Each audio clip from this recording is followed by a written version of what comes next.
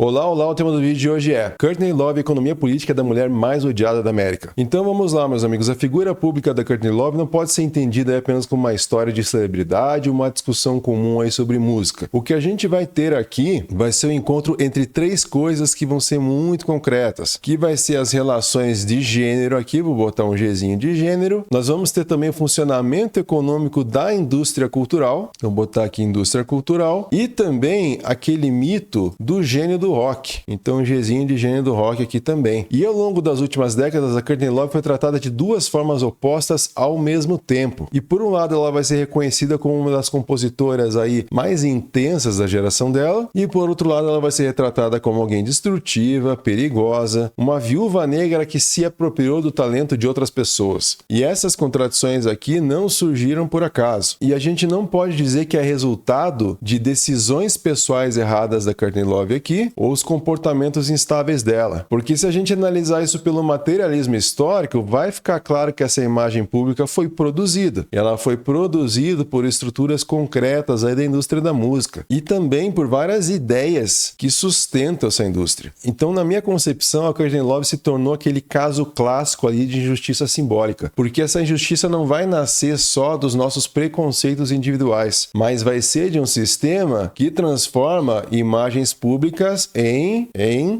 mercadoria. Aí eu gostei que vocês estão prestando atenção. Então, minha principal função com esse vídeo aqui, meus amigos, vai ser demonstrar que essa demonização da Courtney Love aqui, ela cumpriu uma função econômica e ideológica muito específica dentro do nosso capitalismo tardio e também dentro dessa estrutura de entretenimento, essa indústria de entretenimento, né? Esse poderia ser um I aqui, indústria de entretenimento, que acontecia ali nos anos 90. Então pensa, enquanto o Kurt Cobain foi transformado em um símbolo aí quase sagrado, o gênio atormentado, anticomercial, relutante com a fama, a Courtney Love vai ser posicionada aqui como o oposto disso. Ela vai ser retratada como excesso, como ambição ali explícita, como instabilidade também. E é toda essa loucura que nós vamos entender nesse vídeo. Mas onde não vai ter instabilidade, meus amigos, é na nossa área de membros aqui do canal. Muito obrigado, capirotos, corotes azuis e inomináveis que fazem parte disso. Lembrando que os membros do canal têm uma série de benefícios aqui também. Vão ter os vídeos adiantados em uma semana, vão ter vídeos exclusivos também e podem sugerir próximos vídeos aí para o canal. Esse foi um vídeo sugerido. E caso você queira se tornar membro, tem um botãozinho abaixo do vídeo, é só clicar ali, começa por R$4 por mês e você já ajuda esse canal a se manter, porque a monetização do YouTube é algo muito instável. Mas se você não pode participar, tá tudo bem também, aperta o like, isso ajuda já a dissipar o conteúdo pelas internets afora e também se inscreve no canal para não perder os próximos vídeos e vamos continuar. E aí, para entender essa posição da Courtney Love, a gente vai ter que olhar primeiro para aquele contexto econômico na indústria musical no início dos anos 90, porque esse período marcou uma virada importante. O rock deixou de ser visto ali como uma contracultura e passou a ser organizado como um produto de mercado altamente lucrativo. Sobre o rótulo aí, meus amigos, de rock alternativo. Tava tudo nós naquela época ali comprando discos aqui da Geffen Records e falando que nós éramos muito alternativos, meu. Então vão ter gravadoras grandes aí como a Geffen Records, que depois vai ser absorvida pela Universal Music Group, mas que na época ali eles estavam buscando de forma muito ativa novas bandas que pudessem ali repetir o sucesso inesperado do Nirvana. Se tu ler esse livro aqui, o Heavier Than Heaven, Mais Pesado que o Céu, eu li esse livro em 2004, mas eu lembro que tinha toda a expectativa da Geffen Records em relação ali ao Sonic Youth. Então se o Sonic Youth tem expectativa de vender 100 mil cópias, eles achavam que o Nirvana poderia vender umas 50, era um número desse tipo assim. Mas aí o Nirvana estourou, como a gente sabe ali com Nevermind, o mercado virou uma doideira e aí eles precisavam encontrar bandas que repetissem o sucesso do Nirvana então. Porque como a gente sabe, esse mercado é assim, tu atingiu ali uma meta inesperada, agora vamos dobrar a meta. Só que aí, meus amigos, a angústia, a raiva, o desencanto daquela chamada geração X ali, eles vão passar a ser tratados como matéria-prima comercial. E aí nesse cenário, a autenticidade virou a mercadoria mais valiosa. E aí eu vou desenhar uma bandinha aqui para nós. Imagina uma bandinha aqui, 3 pessoinhas e o baixista lá no fundo lá, ninguém se importa com os baixistas. Tô brincando, meus amigos, fiquem tranquilos, eu já toquei baixo também em banda. Mal, mas toquei. E aí nesse caso, meus amigos, a autenticidade aqui virou a mercadoria mais valiosa. Só que ao mesmo tempo se tornou a coisa mais contraditória, porque esse valor de mercado de uma banda aqui, ele vai depender justamente da impressão que ela não se importava com o mercado. E quanto mais um artista parecia rejeitar rejeitar esse sucesso aqui, mais valioso ele se tornava. E o Kurt Cobain se encaixava perfeitamente nessa lógica. Então ele está aqui na capa de uma Rolling Stone e vai estar escrito aqui: revistas corporativas ainda fedem. Então ele tinha uma relação desconfortável com a fama, ele tinha uma dor física e emocional também, tinha uma postura que era ambivalente em relação ao sucesso também, e tudo reforçava essa ideia de que esse cara era real. E esse real aqui aumentava o valor do produto que estava sendo vendido. Então nesse cenário aqui ele vai se tornar ali um ativo intocável, que é a forma mais pura da rebeldia transformada em mercadoria. Só que a Courtney Love ocupava um papel oposto nesse sistema, e sua ambição era visível, a sua vontade de ser ouvida também era explícita. E a estética dela, que era conhecida como Kinderhore, que vai ser um estilo aqui caracterizado pela combinação de itens de moda e femininos bonitinhos, como vestidos aqui tipo baby doll, ou os vestidos chamados aí de gola Peter Pan. E aí vai misturar isso com aspectos mais adultos ali, que vai ser o batom vermelho borrado e também a maquiagem escura que é ao redor dos olhos. Exemplo aqui a nossa amiga Cat Bjelland do Babes in Toyland, que parece aqui que tá com o Didi Ramone. Tem o rosto parecido, mas ele parece ser meio alto para ser ele. Enfim, fica um mistério aí. E essa estética da Courtney Love era construída de forma consciente, de forma exagerada e também de forma performática. E ela não escondia ao mesmo tempo ali o fato que ela queria sucesso, queria atenção e queria poder dentro da indústria também. Então, se o Kurt Cobain era visto como natural, a Courtney Love vai ser vista como artificial. Enquanto Kurt Cobain era tratado como arte, ela ia ser tratada como artifício. E do ponto de vista material, pensa comigo, isso representava um problema para a indústria, porque o ativo Cobain, ele precisava ser protegido de qualquer associação que pudesse diminuir o seu valor simbólico aí comercial. E a narrativa da Courtney Love como uma oportunista que teria corrompido Kurt Cobain serviu exatamente para isso. Porque ao atribuir para ela que a culpa da entrada do Kurt Cobain ali no mundo das celebridades, no mundo das drogas pesadas também e daquele jogo corporativo, os fãs e os músicos eles vão conseguir preservar a imagem do Kurt Cobain como algo puro e algo autêntico. Então essa separação ajudou a manter o valor do catálogo do Nirvana no longo prazo. Então se a gente analisar dessa forma aqui, a gente pode dizer que a Courtney Love virou uma espécie aqui de para-raio. Um para-raio econômico e um para-raio ideológico. Então Ezinho aqui de econômico e I de ideológico. Então ela vai absorver essas críticas dirigidas ali àquela transformação da contracultura em produto e vai permitir que o ídolo masculino permanecesse intacto nesse imaginário coletivo. E aí a teoria da indústria cultural, que foi desenvolvida pelo Adorno, pelo Horkheimer também, e que eu já falei em vários vídeos, vai apontar que a cultura de massa, ela tende a produzir conformidade. Só que nos anos 90, a indústria, ela aprendeu algo novo, que também era possível lucrar com a aparência de não conformidade. E mais do que isso, meus amigos, era possível lucrar também com o espetáculo da degradação feminina. E a imagem da Courtney Love como alguém louco e fora de controle vai virar uma mercadoria em si. E essa mercadoria gerou lucros significativos para conglomerados de mídia que não tinham ali uma relação direta com a música dela. Então eles não poderiam lucrar com a música,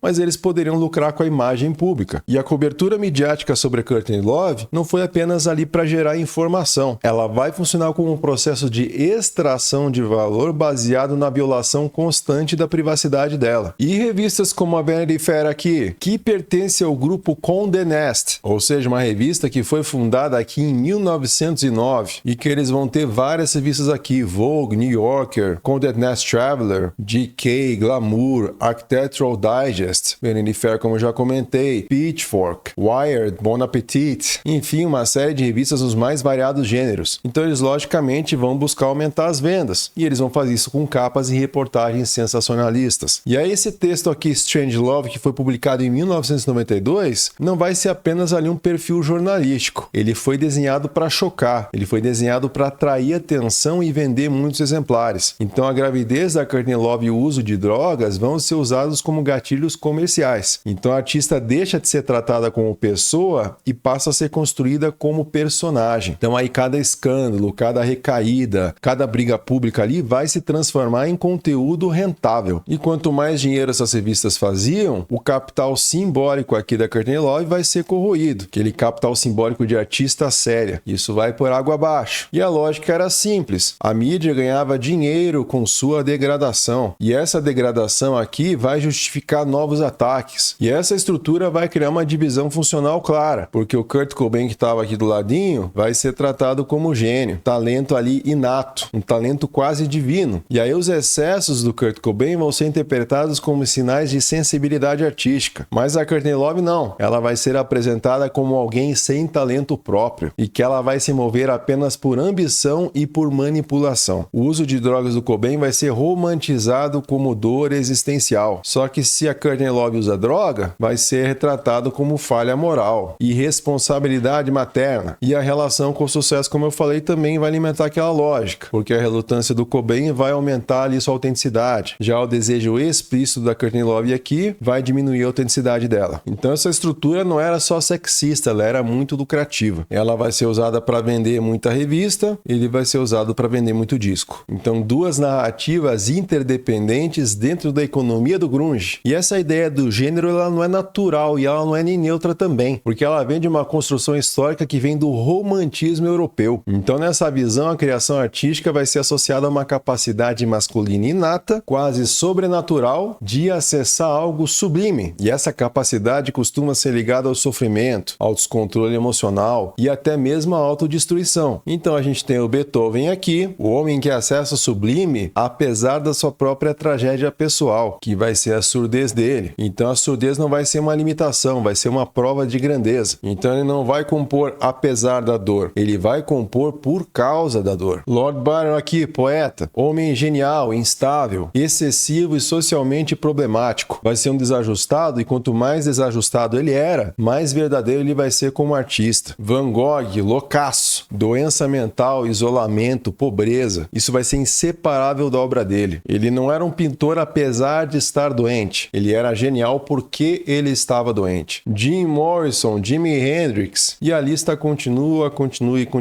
Depois do Cobain, isso vai acontecer também com o nosso Peter Doherty aqui. Só que não vai se consolidar porque o cara sobreviveu. E também que, na minha opinião, ele não fez grandes coisas assim. Mas enfim, meus amigos, é uma lista gigantesca. E no rock and roll essa ideia vai ser reforçada e vai ser popularizada. Então o gênio do rock vai aparecer aí como um homem solitário, atormentado, cuja obra vai ser vista como uma extensão direta da sua alma. E aí os seus excessos vão ser perdoados porque seriam parte necessária do processo criativo. Pra tu ter aquela música top, tu vai ter que suportar umas doideiras aí. Só que dentro dessa lógica, as mulheres ali quase nunca vão aparecer como criadoras plenas. E elas costumam ocupar dois papéis muito bem definidos. Ou seja, ou elas vão ser musas, que vão ser aquelas figuras passivas ali que vão inspirar o homem genial, ou elas vão ser, nesse caso aqui, uma distração perigosa que vai atrapalhar a produção artística desse cara. E no caso da Courtney Love e do Kurt Cobain, esse mito vai funcionar de forma claríssima, porque ele vai ser enquadrado como o gênio frágil, o gênio profundo, e ela vai ser enquadrada aqui como o ruído, o excesso, a doideira, a ameaça. E esse enquadramento que ela recebeu aqui vai ter consequências diretas sobre como a obra dela também vai ser recebida. E quando o Live Through This saiu aqui em 94, apenas 4 dias após a morte do Kurt Cobain, o público e a crítica eles se depararam com um disco de altíssimo nível. Então o álbum tinha força emocional, tinha qualidade técnica também, e o impacto cultural, e não me xingue aí, mas é comparável a alguns trabalhos do Nirvana sim. Só que diante disso, meus amigos, vai surgir um problema para essa lógica aí patriarcal dominante, que vão falar assim, porra, como que uma doidona dessa aqui, uma pessoa instável, vulgar, sem talento, poderia ter criado uma obra tão forte? E aí a resposta encontrada não vai ser rever a imagem da Courtney Love não, vai ser negar a autoria dela. Então vai se espalhar rapidamente ali uma teoria que o Kurt Cobain teria escrito o disco para ela. E essa ideia vai se tornar persistente mesmo sem provas. E essa negação da autoria é uma forma clássica de violência simbólica, porque ela vai retirar da mulher o reconhecimento sobre o seu próprio trabalho e vai transferir esse valor para um homem, mesmo após ali a sua morte. E lembrando que o rol não era só a Courtney Love, é também a Kristen Paff que faleceu logo depois do Live Through This. This, vai ter a Pat Chamel aqui também, vai ter o Eric Erlandson, vai ter aqui a Melissa of the Moor, que vai substituir ali a Kristen Paff e que vai tocar aqui no Celebrity Skin, na minha opinião, o melhor disco do Hole. Inclusive comprei esse aqui no lançamento, 2 ou 3 dias depois. Descasso, só música top. Mas esse aqui vai ter parcerias ali com o Billy Corgan do Smashing Pumpkins, sim. Mas enfim, meus amigos, a suposição por trás disso aqui vai ser simples e vai ser bastante brutal também, porque uma mulher raivosa, caótica, agressiva como Courtney Love, ela seria incapaz de disciplina, seria incapaz de rigor técnico, seria incapaz de excelência artística. E se o resultado é bom demais,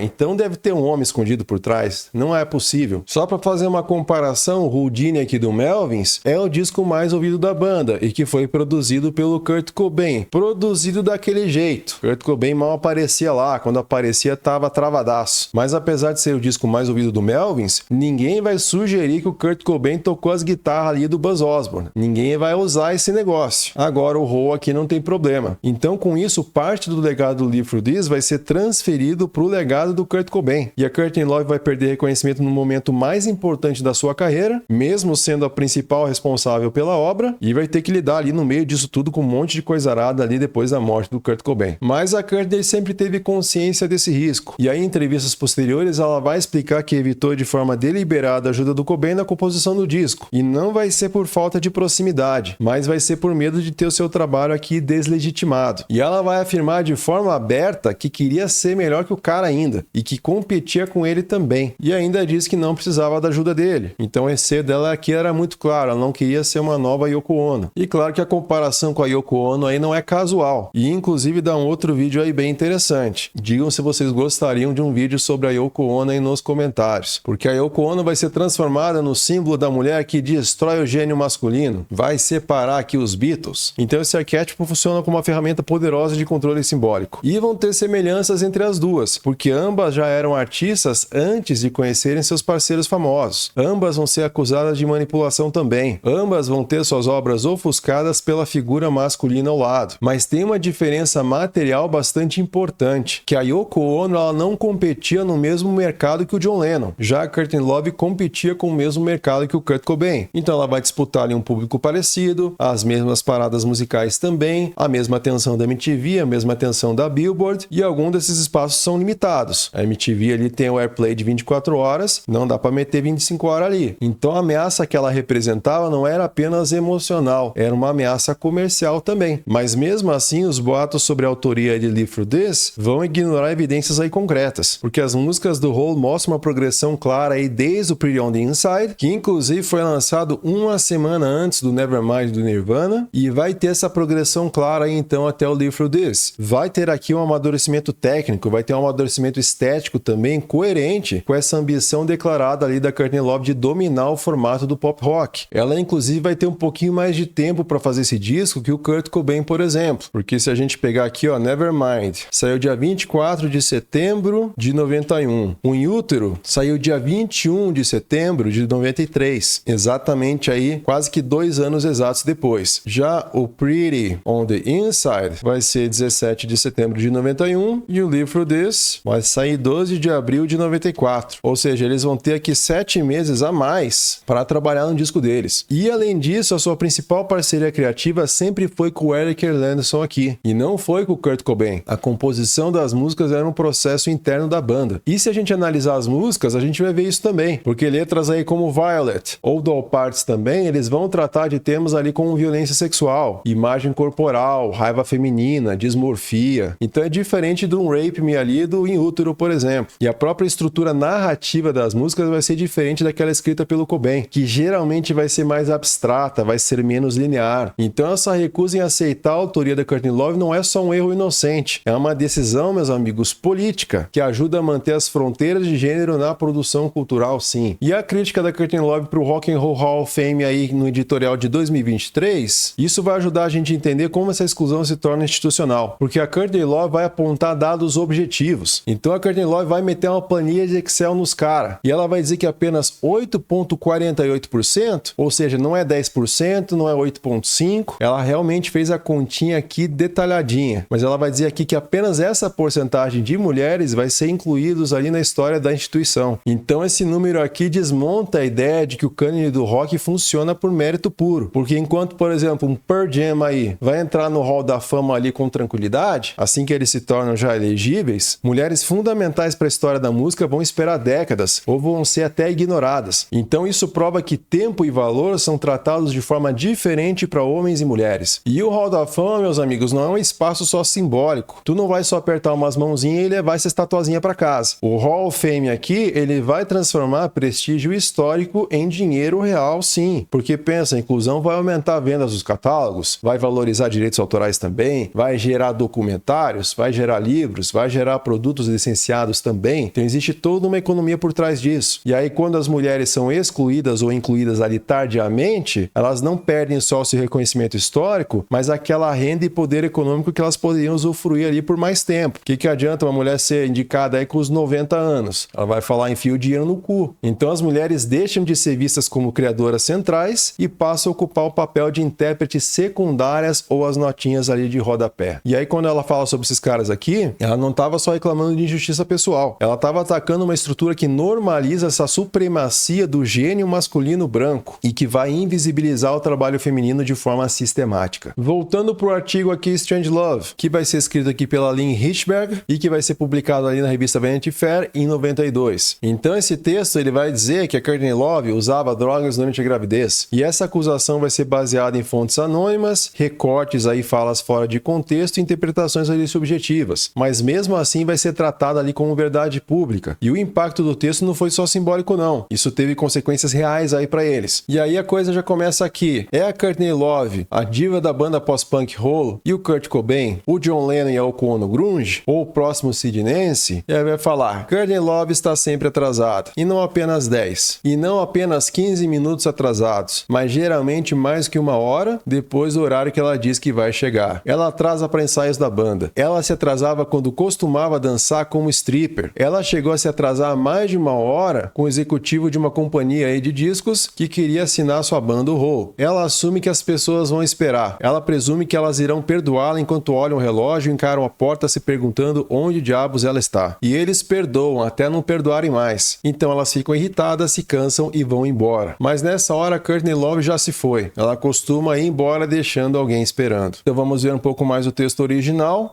Travou o negócio. Pera aí. Sou hacker, cara. Hacker. Aí, consegui copiar no bloco de notas o texto todo. E aí, meus amigos, vão ter umas partes muito interessantes aqui. Sua pele foi fortemente coberta com base em pó para esconder uma crise de acne. Ela tem os olhos azuis verdes bonitos, cuidadosamente maquiados, mas o foco tá na boca. Ela é só batom. Kurt Cobain é visto como um homem sagrado. A Courtney vai ser vista como uma oportunista carismática. Até os insiders mais tolerantes da indústria temem pela saúde da criança. É revoltante pensar que ela usava drogas quando estava grávida. Nós estamos todos preocupados aí com o bebê. Muitos acreditam que ela levou o Kurt Cobain à heroína. Ela perseguiu o Kurt Cobain por meses, obteve seu número, ligou pra ele, disse em entrevistas que ela tinha um crush no cara. Eu casei com um homem rico. Então esse artigo vai usar mecanismos clássicos de misoginia para desumanizar a personagem dela. Só que as consequências do artigo da Vanity Fair não ficaram só no campo da opinião pública. Eles vão se materializar em ações legais, ações financeiras, ações estatais. E logo depois do nascimento ali da Frances Bean Cobain, a filha deles, o Departamento de Serviços Infantis de Los Angeles vai intervir e a custódia da criança vai ser retirada ali temporariamente do casal e a justificativa usada vai se basear diretamente no conteúdo da reportagem. Então pensa, uma narrativa de entretenimento convertida como prova para ação estatal. E aí o Kurt Cobain e a Courtney Love vão ser obrigados a se submeter a testes constantes de drogas, supervisão parental também e processos aí humilhantes. E esse processo teve um custo financeiro enorme para eles, porque mesmo eles sendo ali artistas de sucesso, eles vão gastar ali uma grana com o advogado para recuperar a custódia da filha e enfrentar acusações que nunca foram comprovadas judicialmente. E claro que a imagem da Courtney Love como alguém tóxica, alguém instável, vai ter impacto direto na carreira dela, porque pensa, uma seguradora vai relutar para cobrir turnês, os patrocinadores vão evitar ali se associar também, a cobertura da mídia vai seguir ali meio enviesada. Então tudo isso vai reduzir a capacidade dela de trabalhar e gerar renda de forma independente. E a reação do próprio Kurt Cobain pro artigo ali vai revelar a gravidade da situação, porque ele vai enviar aqui uma carta para o David Geffen e ele vai demonstrar raiva aqui e desespero. Então vai estar escrito aqui: meu nome é Kurt Cobain, eu sou vocalista, guitarrista e compositor da banda Nirvana. Supostamente eu fiz sua empresa ganhar muita grana. Aí ele já vai mandar aquela cartada punk. Bom, nunca foi realmente um objetivo meu fazer parte do mundo corporativo mainstream, mas quando entrei nele percebi que existem outros funcionários, especialmente na David Geffen Company, que são tão honestos e sinceros quanto eu e que basicamente têm os mesmos valores que eu tenho. Nunca conheci você, imagino que porque nunca quis esse tipo de chefe grande e poderoso, mas algo prejudicial à minha família apareceu em um artigo da Vanity Fair que me forçou a decidir romper com a banda. O artigo sugere que Courtney e eu estamos usando heroína continuamente durante a gravidez dela, o que não é verdade. Courtney descobriu que estava grávida após o primeiro mês do nosso uso de drogas. Ela parou de usar drogas e desde então vem fazendo visitas regulares ao médico aqui do Danny Goldberg, que era aqui o manager do Nirvana, né? E tem inclusive um livro muito legal que eu li durante uma viagem uma vez, chamado Serving the Servant, que conta mais esse lado dos negócios do Nirvana, é bem legal. Mas enfim, o médico nos garantiu que o nosso filho está em excelente estado de saúde e que não há motivo nenhum para preocupação. Mas esse artigo acusou injustamente minha esposa de todo tipo de coisa horrível aí e vil, a ponto de...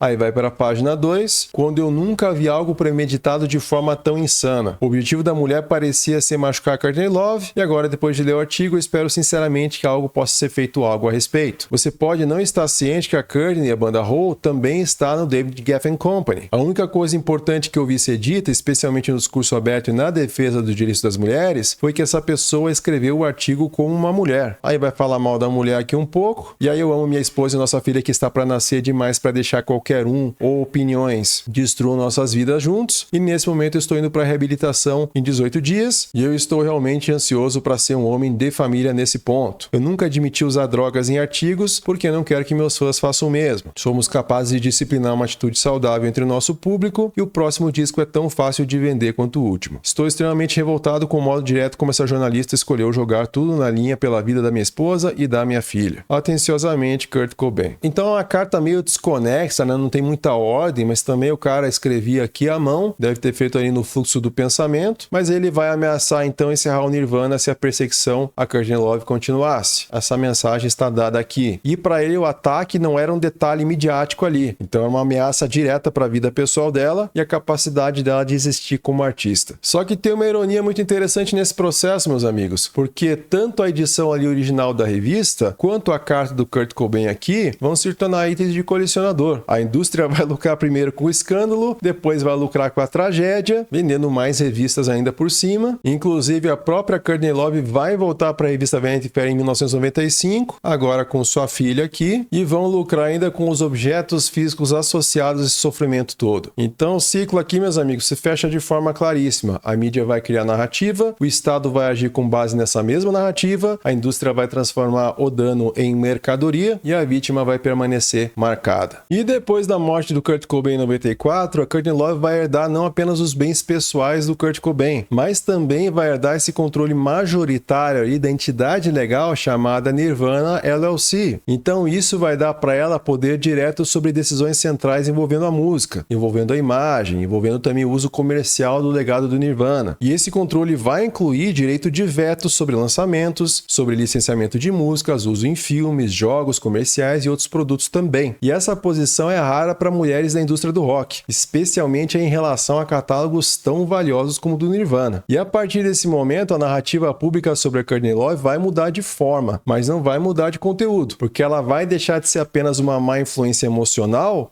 e vai passar a ser tratada agora como uma viúva gananciosa, uma viúva irracional, uma viúva instável, que estaria explorando a memória do Kurt Cobain. E aí, cada decisão econômica que ela vai tomar vai ser tratada como suspeita. Ela vai bloquear, por exemplo, lançamentos, vai adiar projetos, vai ser acusada de enterrar o legado também. Só que aí, quando ela autoriza o licenciamento ou venda de direitos, ela vai ser acusada de profanação e de ganância. Só que, em contraste, o Chris Novoselic e o Dave Grohl, eles não vão enfrentar esse tipo de julgamento moral, não. As carreiras posteriores deles ali, os lucros, as decisões de negócio, não vão ser enquadrados como traição à memória do Nirvana. Então, essa diferença de tratamento não é casual. Ela vai seguir uma lógica de gênero também. Então, a posição da Courtney Love é meio que impossível possível ali, porque se ela não autoriza nada, ela é vista como controladora e vingativa. E aí, se autoriza, ela vai ser vista como exploradora. E aí, se ela seguisse com sua própria carreira, ela vai ser acusada de usar a fama do marido como trampolim. E esse padrão não é exclusivo dela. Viúvas de artistas homens famosos costumam ser encarregados desse trabalho jurídico todo aí. Esse trabalho administrativo, esse trabalho financeiro ligado a esse legado. E esse trabalho envolve contratos, envolve dinheiro, envolve processos, decisões que são muitas vezes impopulares sim. Então, ao concentrar esse papel na viúva, o público vai conseguir manter uma relação idealizada com o artista morto, porque toda angústia relacionada ao fato de que a arte também é mercadoria vai ser projetada nela e não nos outros caras da banda. Então, a viúva se torna esse alvo do ressentimento ali anticapitalista dos fãs também. E nem preciso falar do documentário Curtain Curtain que foi lançado em 98 e que vai dar visibilidade internacional para teorias da conspiração que vão acusar ali a Courtney Love de ter orquestrado a morte do Kurt Cobain para evitar ali um divórcio caro. Então essas teorias não vão ter uma base sólida, mas vão ganhar um monte de espaço aí em circuitos de mídia alternativa, em festivais, em debates públicos. E eu lembro que eu lia na internet em 98, 99 ali, altas teorias da conspiração muito doida. Que tinha o Al Dutch aqui que matou o Kurt Cobain, depois ele foi morto também, atropelado por um trem, um carro, algo assim, agora não lembro. Mas enfim, isso ter ganho espaço em circuitos aí da mídia não tem uma razão de evidência. É mais essa função ideológica que essas narrativas vão cumprir, porque vai ser mais confortável psicologicamente para muitos acreditar que o Kurt Cobain foi assassinado por uma mulher má do que simplesmente aceitar que ele era ali profundamente deprimido, era doente, tomava altas drogas também e tinha essa capacidade de tomar decisões autodestrutivas e que já estava acontecendo ali meses antes da morte dele. Alguns casos ali, como que aconteceu em Roma, que o cara inclusive ficou lá em coma. Então essa teoria da conspiração preserva essa imagem ali do gênio masculino como essa vítima absoluta. E hoje a Courtney aí, ela tá mais velha, né? Como todos nós. E a trajetória dela vem começando a ser relida agora de uma forma diferente. E eu quis tentar aqui com esse vídeo trazer uma certa justiça para a história dela. E mesmo assim ela nunca tentou parecer equilibrada, uma pessoa doce ou conciliadora. Ela é uma pessoa que tem esse perfil meio de merdeiro mesmo, como vários amigos aí que a gente conhece pela vida, que tu tá em casa, você sempre sabe que os caras estão se metendo em alguma merda aí. Ela vai continuar gerando alguns problemas aí no decorrer dos anos, mas ela é uma pessoa importantíssima na nossa indústria. Foi uma das primeiras figuras públicas a denunciar abusos dentro da indústria do entretenimento, vai incluir nomes poderosos como Harvey Weinstein, muito antes inclusive de existir qualquer proteção institucional para esse tipo de denúncia, e isso na época vai custar para ela oportunidades profissionais e também vai aprofundar sua imagem de pessoa problemática. E com o tempo ficou claro que muitas dessas acusações eram sim verdadeiras. Então a história começa a se mover lentamente ao seu favor, ainda que de forma incompleta. Então a gente conseguiu aqui, meus amigos, com essa análise materialista histórica aqui, demonstrar que ela é um caso claro de injustiça simbólica. Mas lembre-se, meus amigos, isso não foi uma falha. Isso foi o resultado de um sistema operando de forma consistente. Então a Courtney Love representa ao mesmo tempo essa violência do capitalismo ali patriarcal e esses limites também. E ela mostra o custo real de ser uma mulher intransigente, complexa e também ambiciosa nesse sistema que exige essa docilidade feminina e, em alguns casos, essa genialidade masculina também. E agora eu quero saber o que vocês pensam sobre isso. Vocês estão do lado da Courtney Love? Vocês acham que eu fiz uma justiça aí pra ela? Vocês não estão do lado dela? Acho que ela fez muita coisa errada assim? Diga aí nos comentários, vamos expandir ainda mais esse conteúdo e espero ter contribuído de alguma forma contigo também. Se curtiu o conteúdo, não esquece de apertar o like, se inscrever no canal e considere se tornar membro também. Você já consegue desbloquear aí mais 7 vídeos novos para poder assistir e continuar essa jornada aí de conhecimento pelo mundo da música. Um grande abraço, fique bem aí e uma ótima semana.